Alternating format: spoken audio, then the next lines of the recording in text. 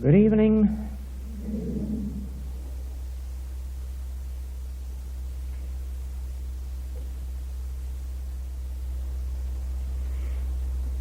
From all over the globe where we travel,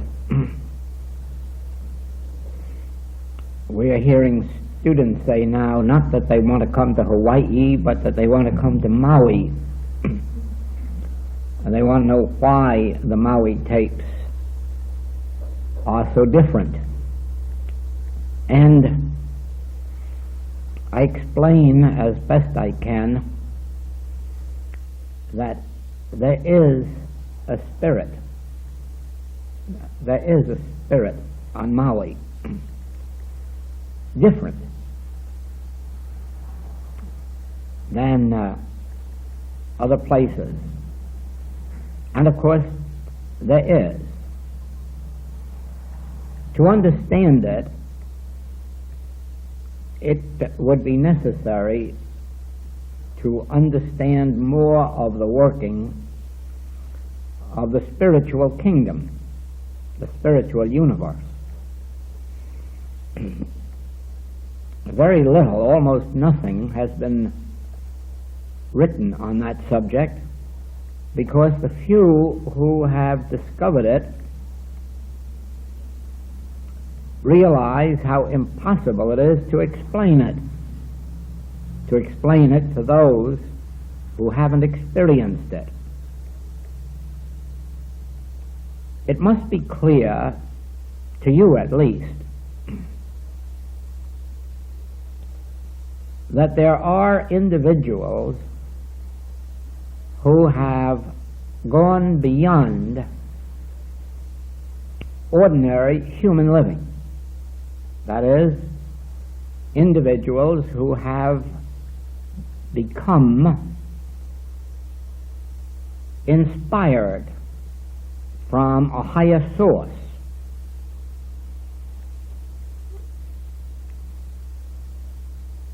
We think offhand of Moses and Elijah, Jesus, John, Paul, the Buddha, Lao Tzu, Nanak, Shankara. These are all individuals who were spiritually endowed far beyond the limits of any mortal man.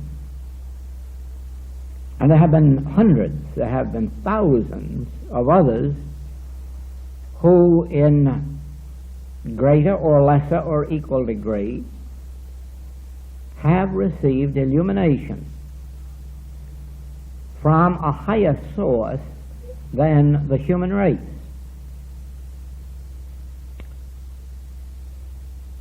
The human race is slightly above the animal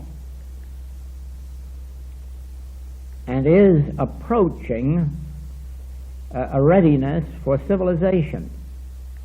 It hasn't yet reached a place where it can actually receive civilization, except in a minor degree, because it still lives by self-preservation.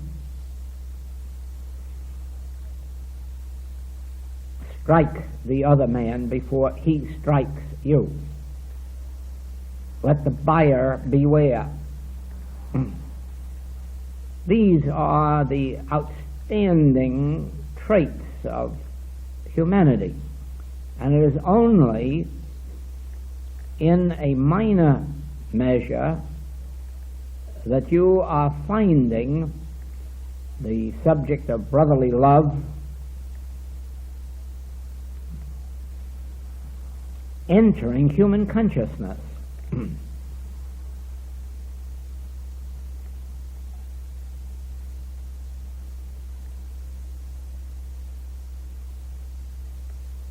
That progress has been made is evident. For instance, I have told you not to take seriously all of this civil rights business that's in the press as if they meant it, as if there were any serious attempt to bring about equality, justice, and so forth. Whatever tiny measure may creep in will be by accident, not by design or by evolution. But here and there, you will notice that a serious effort is being introduced into human consciousness to bring this subject into fulfillment. Those of you who have access to Saturday Review of Literature will find in it the experience of Richmond, Virginia. And here you will see how civil rights has not only been introduced but brought to expression by people not politically influenced, but actually influenced by something far beyond human experience. So it is that in every walk of life today, you will find the civilized state of consciousness more and more being introduced into the human. Now, this all goes back to the fact that throughout all ages there have been those spiritually endowed. Paul shows you the difference when he speaks of man of earth, man who has his being in Christ, or the creature who is not under the law of God, neither indeed can be, or the Son of God, who is God-governed, God-endowed.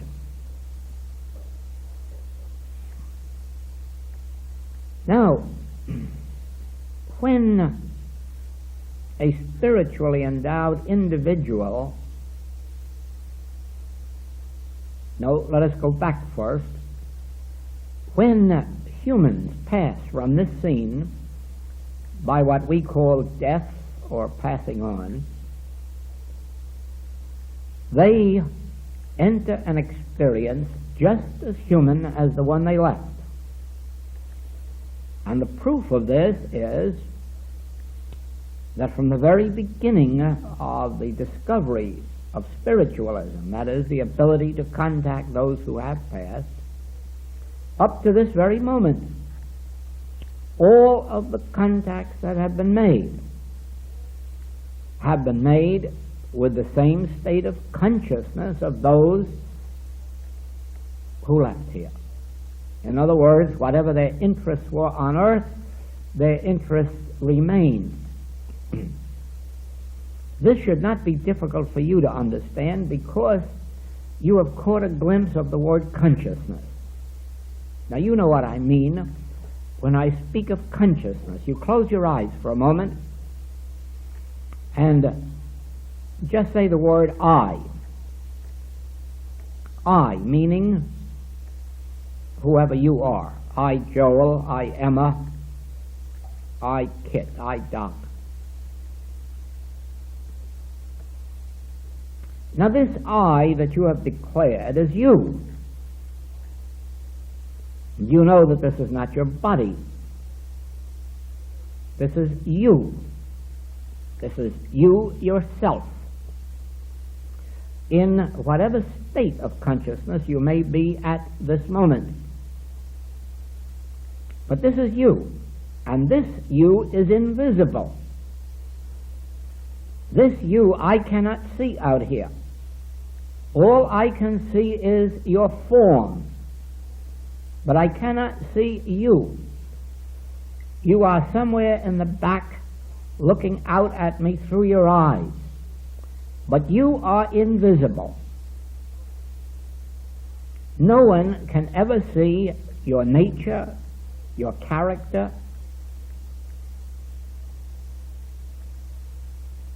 the measure of your education, the measure of your civilization.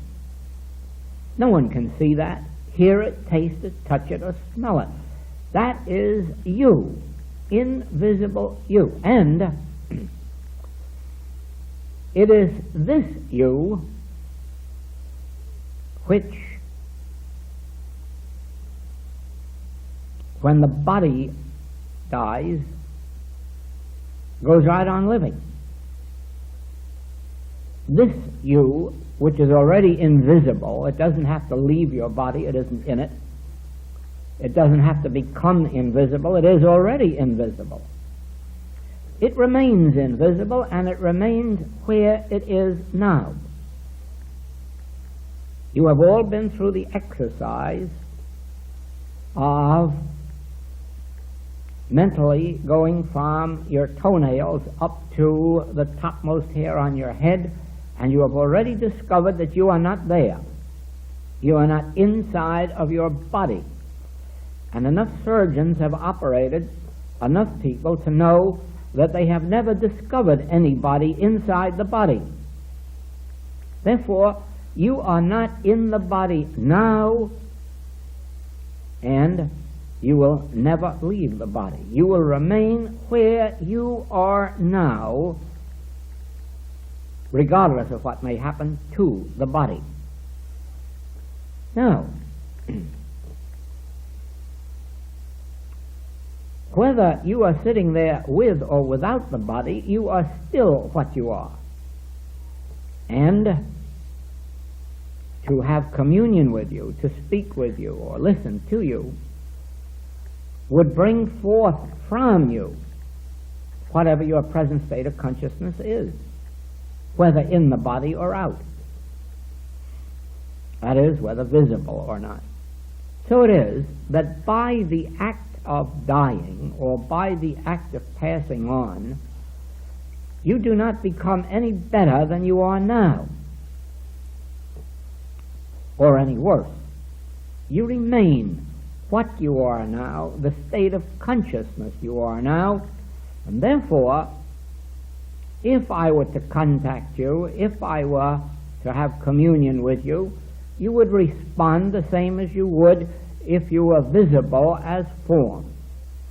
You would not have risen higher in consciousness, nor been lower, except that those who are quite far along on the spiritual path would be advanced, even by the act of passing. Now, those who have attained a measure of the fourth dimension of consciousness, those who, like the masters of the world, have attained some measure of their masterhood here, they do not become a part of that spiritualistic life or assemblage, but they go immediately beyond it into what is their native or attained fourth dimensional consciousness. And I mean by this that to contact a human being on passing would be to find that you are in communion or communication with a human being, and you would get human answers to human questions. Whereas no one could make contact with those on the spiritual level unless they themselves had attained some measure of that spiritual level, and then they would be in contact with that consciousness.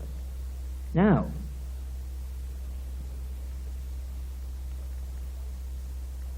it is a fact that there are certain places on earth that still feel the effects of those who have attained spiritual heights. In other words,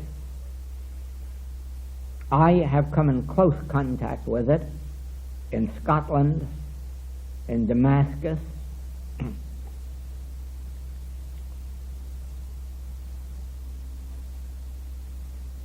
Others have come in contact with it in Jerusalem. Some have come in contact with it in India. But there are places known to be influenced by a consciousness beyond that of the human.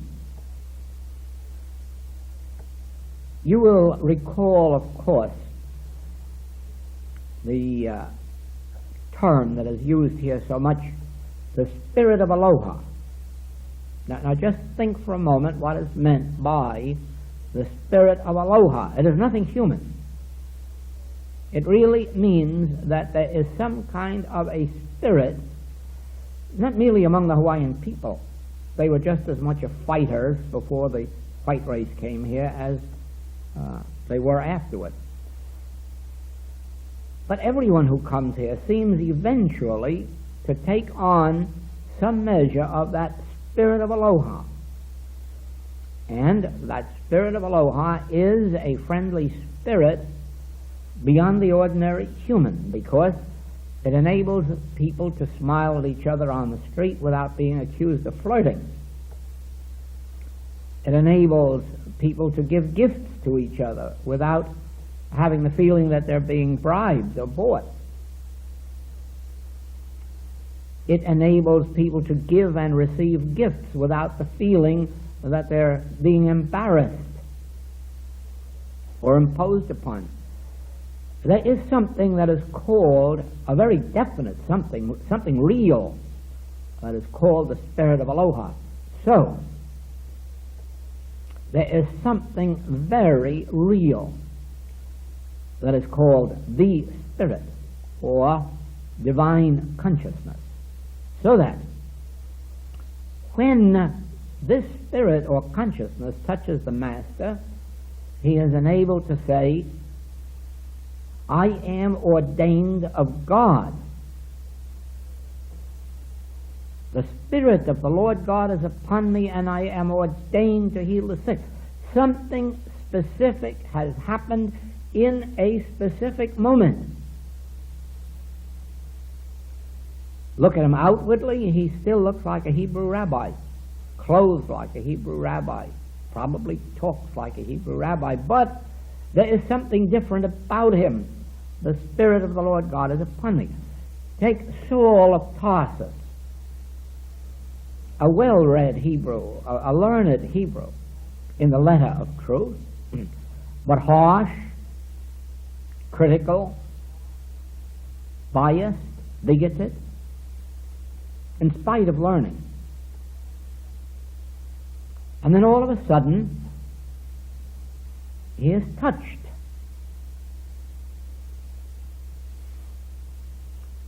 And the moment that he comes to his senses again, he is no longer Saul of Tarsus, that harsh, cruel persecutor of the Christians, learned in the law, but rather now he is St. Paul, a teacher, a healer, and above all things, whereas up to that moment he was so completely biased and bigoted in his Hebrew faith, all of a sudden he embraces the Gentiles. And his love for them is so great that he risks his own life to go out and share the good news with them. In other words, a spirit has touched him. The Spirit has touched him. He is no longer the same man. He is now a divinely inspired man. Moses, who was a shepherd,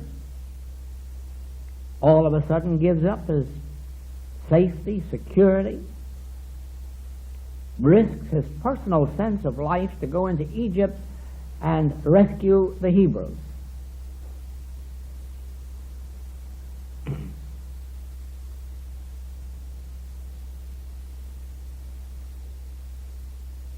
There is this Spirit, and this Spirit manifests itself as the new consciousness of the individual who has been touched by it. Whereas before, here is a housewife who all of a sudden becomes a healer, a businessman who becomes a healer, a doctor, a lawyer becomes a healer, a minister. Nature's changed. You have an experience right here of one of your men of the island who was one of the plantation workers who is now a minister in a church on the Big Island. For years and years and years he was a plantation worker. But all of that is behind him, and a new man has been born in him with a whole desire to serve. Now,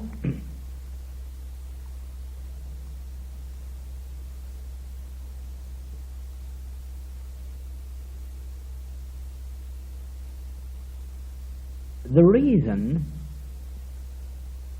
that there is not more of this spirit abroad in the land is it cannot be used for any personal or selfish purpose. And this is what blocks us from experiencing it. There isn't anyone really, any thinker in the world, who wouldn't like some measure of that spirit that has been in our mystics, great philosophers. There isn't anyone in their right mind who wouldn't like to know the meaning of being inwardly at peace. Yet, there is a barrier. And the barrier is that the world is seeking it. The whole world is really seeking it, but for selfish purposes. Tens of millions of people go to church to pray for that spirit. But then they want a benefit from it. They want it to do something for them. They are not thinking of you. No, they are thinking of themselves, or at most their families.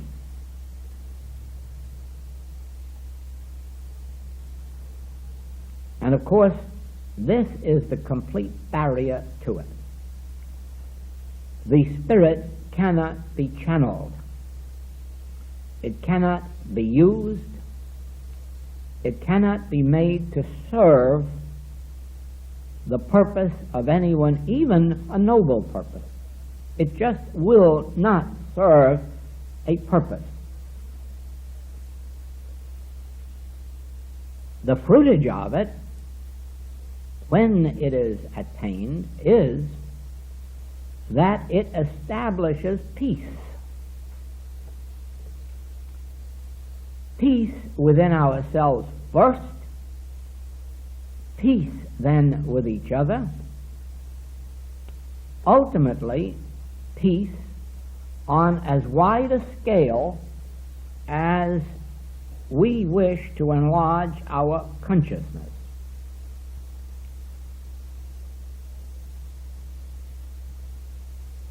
The first difficulty that we have in approaching this subject is that, first of all, we may be thinking of our health or our supply or our business or our race or our nation, and we are in hopes that when we attain this, it will do something for them, and thereby we have lost it. Because the Spirit knows no difference between me and you, no difference between my race and thy race, or my nation and thy nation, or my business and thy business. Therefore, there is no way to go to it until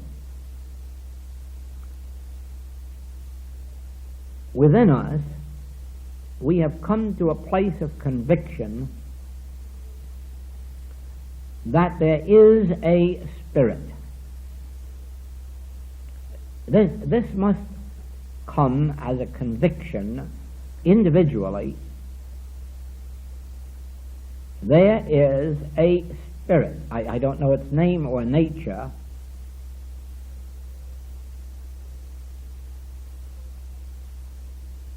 but I know very well that something is keeping the fish in the sea and the birds in the air. Something is keeping 2 times 2 is 4. Something is keeping the sun, moon, and stars in their orbit. Something is seeing to it that only apples come from apple trees and peaches from peach trees.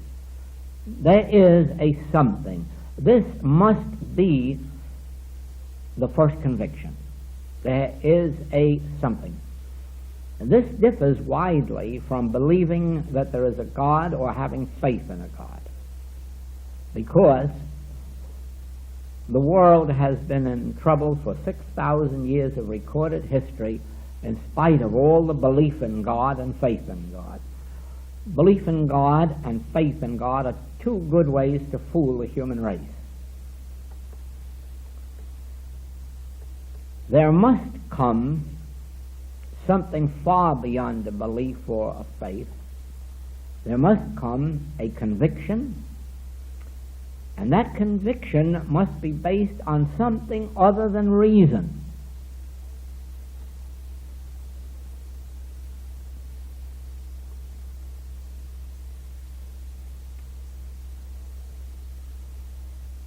There are many people in the world, atheists and agnostics, who know that there are laws of nature and that the sun, moon, and stars are maintained in their orbits, and yet have no conviction that anything is doing it.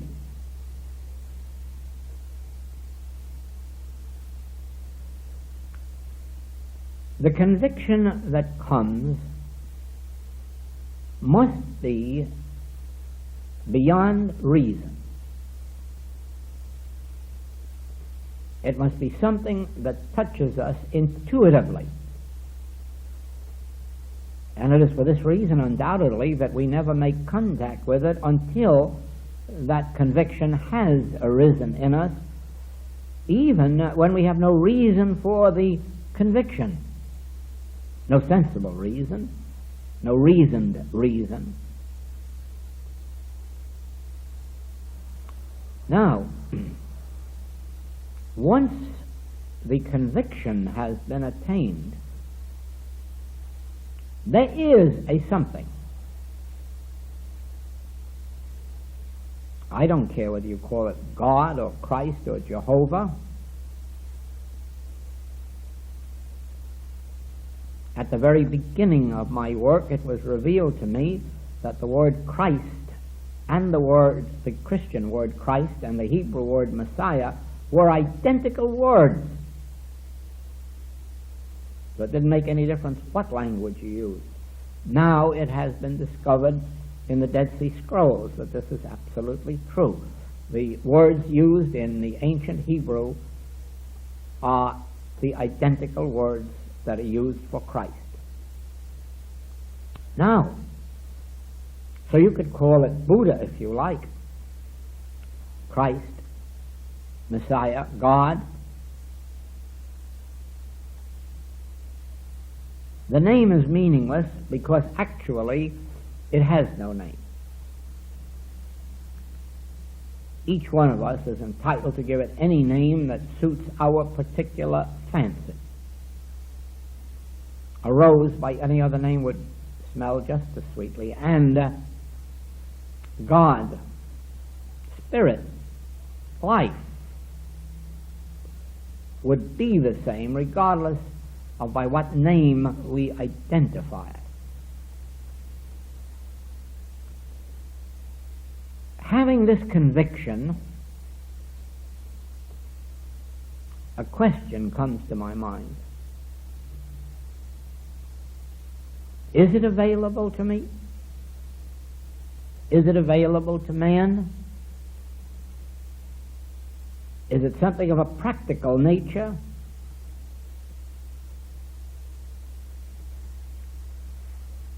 Is it something that can be known in this incarnation, or must we wait to pass on, die? These are all legitimate questions. And the person who cannot face themselves with these questions can miss the way. Because it is necessary not to approach this subject blindly or with blind faith or as if fearing to ask questions,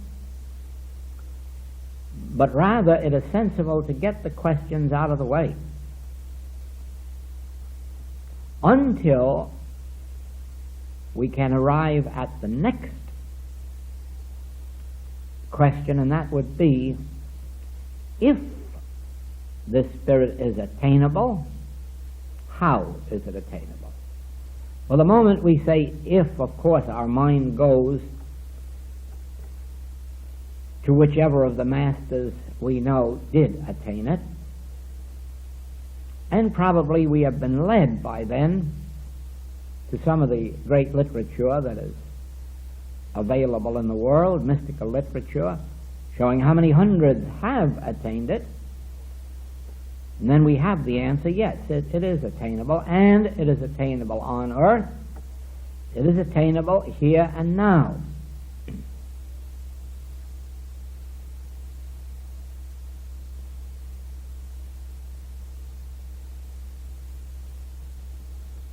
And the next question is how. Fortunately, we have a great deal of guidance in that direction.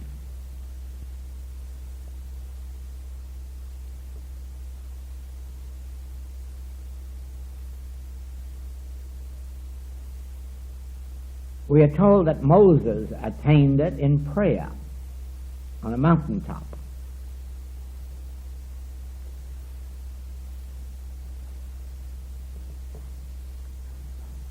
We discover that Solomon attained it in prayer.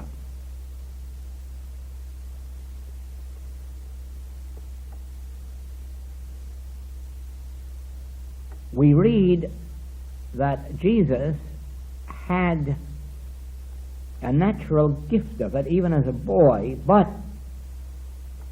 for many years it wasn't known how it was developed until these latest discoveries, and now they know that from the time he was 12 until he was 30 that he lived in a monastery and was taught, and the Spirit came forth in him in mighty measure.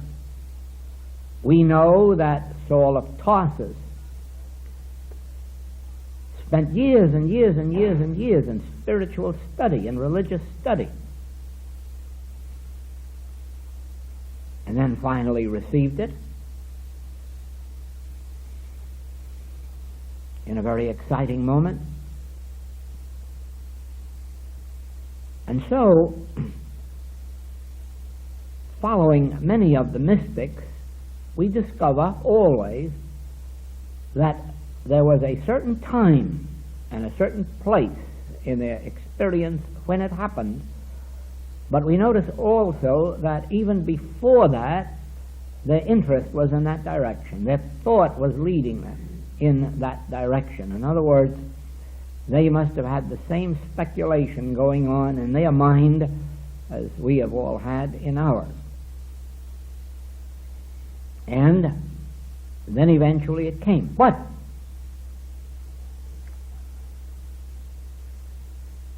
this you might not gather from reading, so I will tell it to you,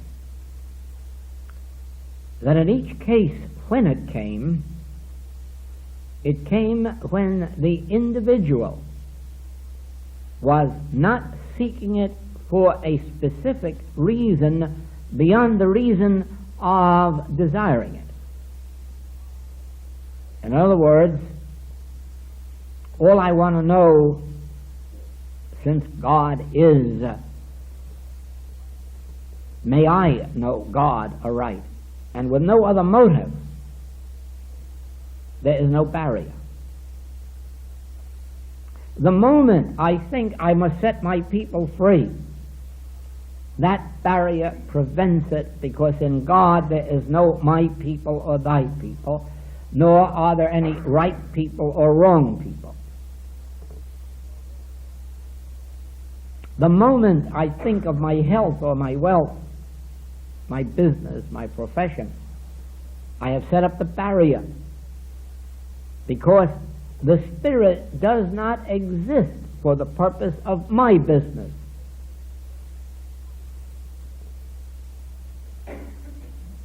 The miracle, as some of you have discovered, is that in the measure of our attainment, it benefits our health and our business or our profession, but not ours at the expense of someone else's. There is the thing that you watch, that in attaining the Spirit, you at the same time lose the capacity to wrong, harm, cheat, defraud another. In other words, the moment that this Spirit is upon you, it brings receptive people into your orbit. But not that you can take advantage of them, because it cannot function in that direction.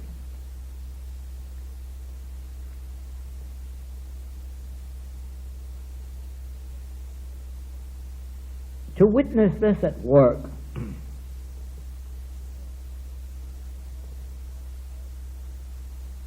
think of the birds in the air. Now, these birds are sensitive,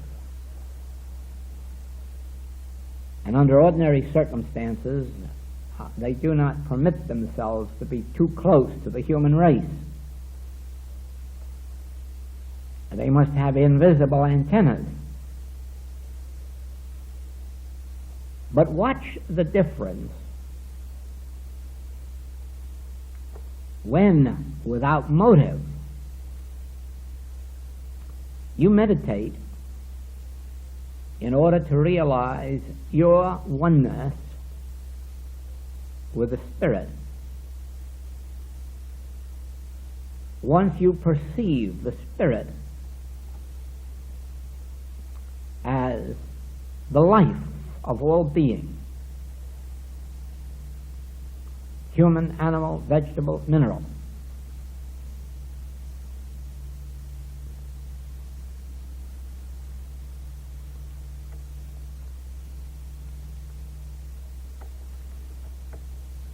because it is natural not to have a desire to snare these birds. There could be no motive in it, really, no benefit or profit in it. It is a very simple thing to prove this, because in the moment that you make your contact, you will find the birds appearing and gradually getting friendlier and friendlier and friendlier. And then you realize that it could only have come about because you had no ulterior motive.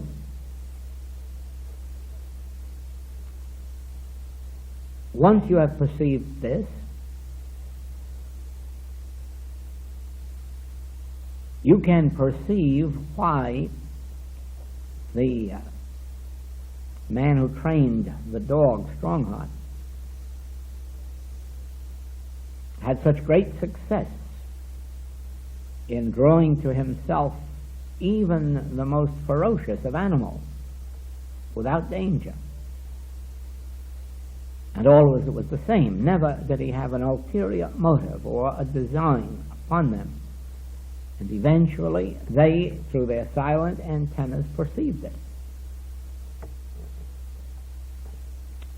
So it is that in our human experience,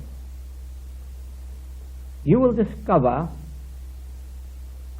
that just as we can have relationships like this, and that some of you have witnessed now around the world, that the reason is that there is no motive except the motive of sharing. And this breaks down all of the barriers and draws us to each other from the farthest ends of the earth.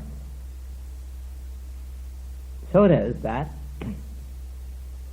in our business experience or profession, there is no possibility of failure once an individual has perceived their relationship to the Spirit. Because if they approach the subject not with the idea of using the Spirit or using those who may be led to them, but rather of sharing, this whole world of the whole barrier of separation that now exists between men breaks down. The color barrier, the racial barrier, the religious barrier are humanly natural barriers that have been built up by men. They're artificially created, but they have been built up by men. And for this reason, every race, every religion, every nation, nationality, is born with some measure of fear of their next door neighbor. You can even find traces of it right now between the United States and Canada. Believe it or not, it exists there. Suspicion, fear.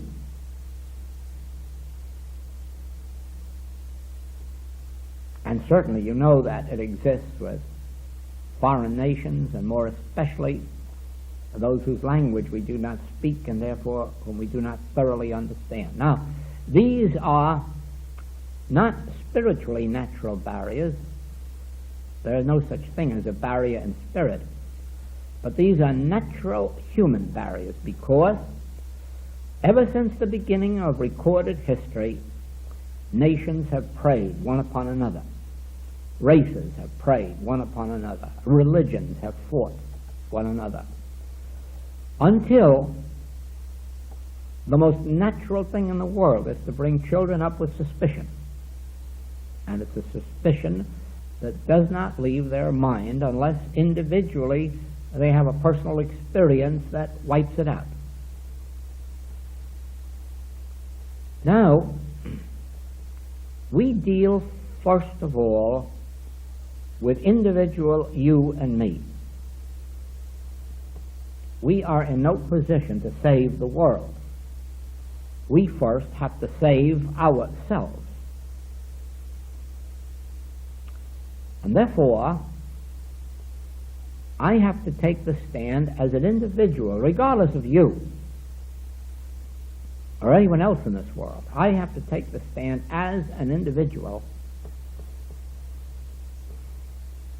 that I can never be satisfied until I do have some communion with this invisible, whatever its name or nature.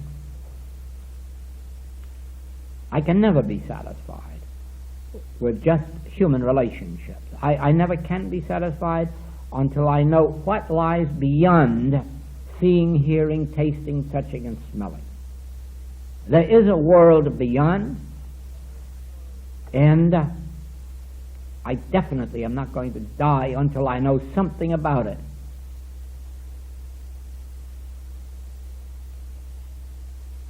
I take my stand. I tell no man about it, because to the rest of the world it would be insane. And I make whatever efforts are necessary within myself. Or if I hear of a book that might help me, then I want to investigate that book. If I hear of a teacher that might help me, I must investigate that teacher. I must do something until I break through the barrier.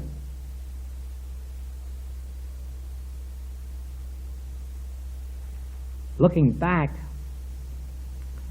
Do you know that living like a human being is living like a prisoner? Here you are, bottled up inside of your mind and your body, and you have no access to anything greater. And you're at the mercy of somebody who has a stronger body or a stronger mind.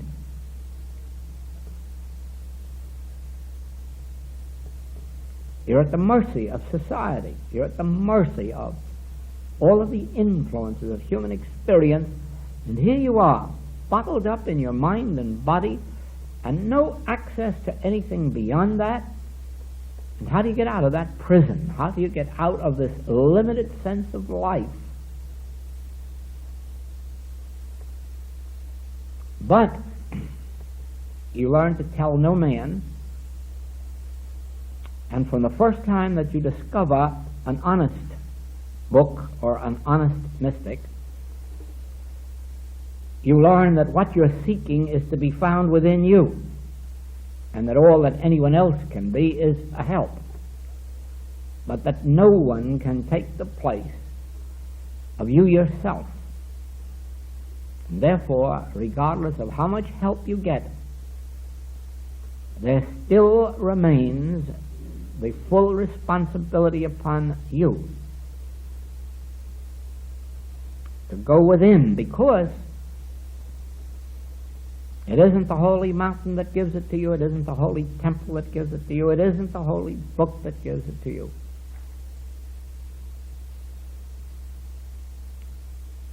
You know, there are lots of people with a tremendous faith in the Bible, that the Bible can do it, and what they must be going through now when they hear the thousands and thousands of statements in the Bible will have to be taken out because they were incorrect. Must be an awful shock to them if they survive it. Because it isn't the book. The kingdom of God is neither low here nor low there. It's within you.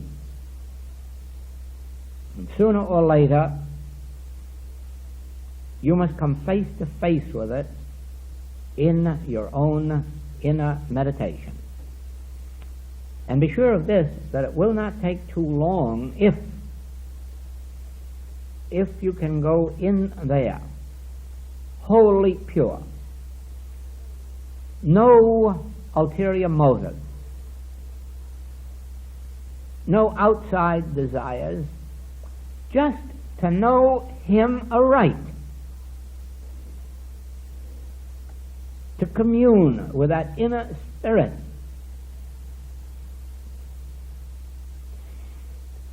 Not to use it as a power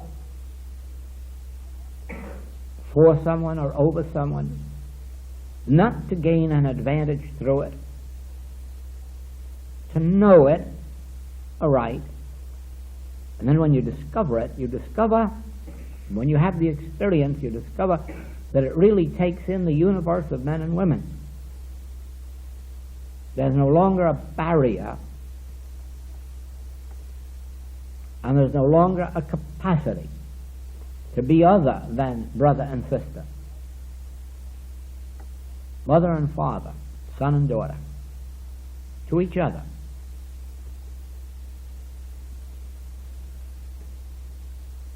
When it says we are all one in Christ Jesus, all it means is that we are all one in the spiritual relationship of one spiritual household.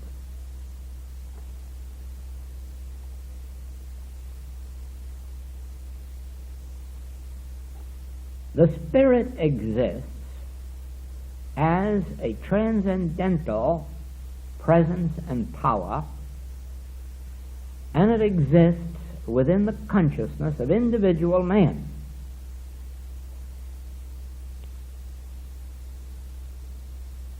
Its function is to reveal, yes, first of all, reveal the oneness of all men, regardless of what island or continent they were born on, or what flag they were born under, or what particular color was given to them. The first thing this reveals is oneness. One life, one spirit, one soul, one being, one interest.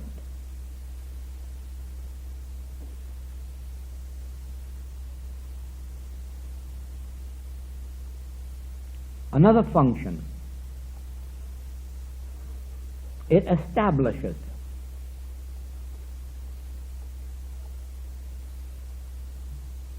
In the revelation of this oneness, it establishes peace because it has eliminated the reason for discord.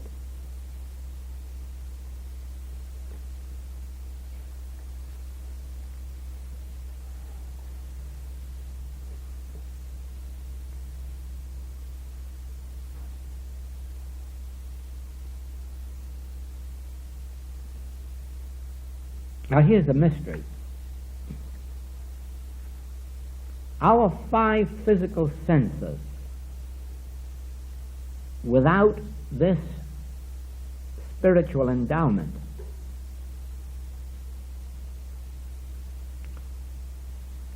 sees the strangest kind of pictures.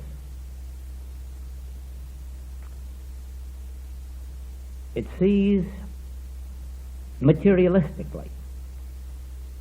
And this means divisively.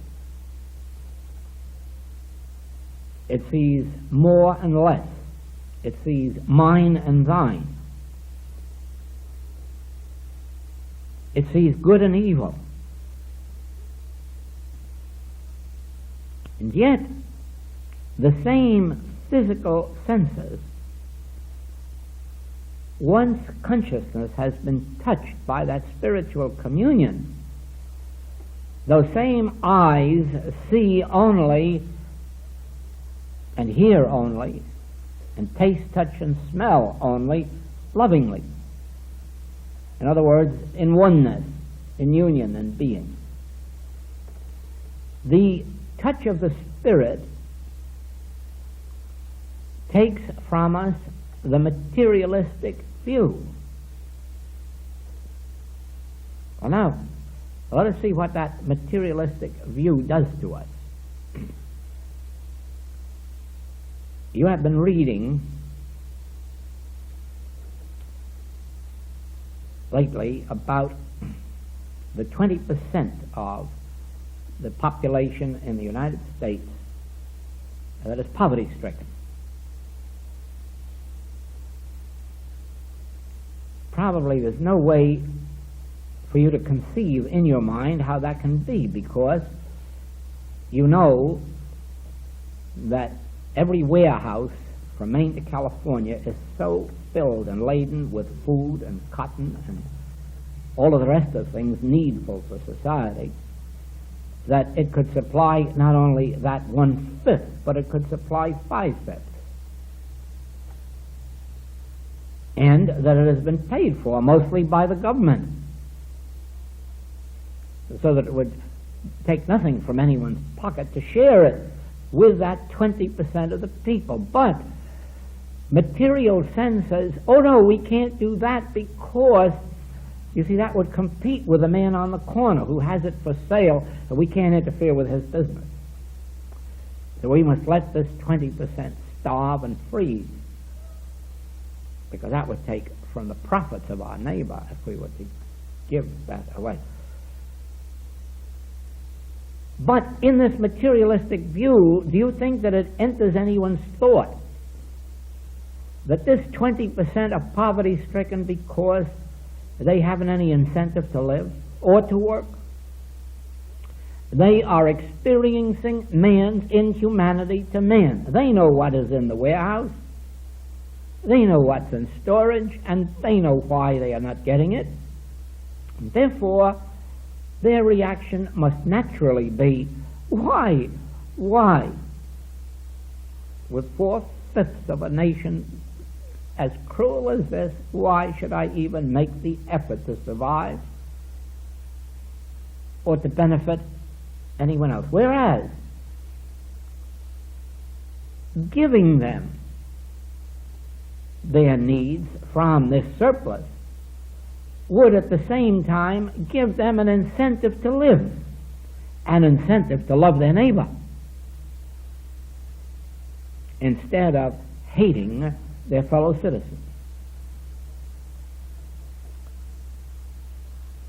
Do you see that the moment the Spirit touches you, you have to share?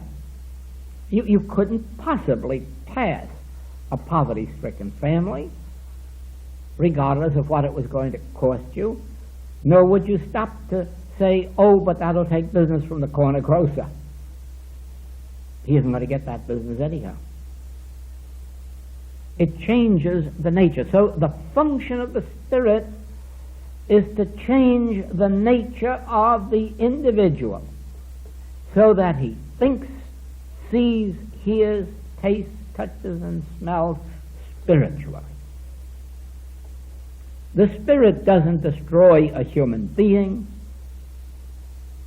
It doesn't annihilate human love.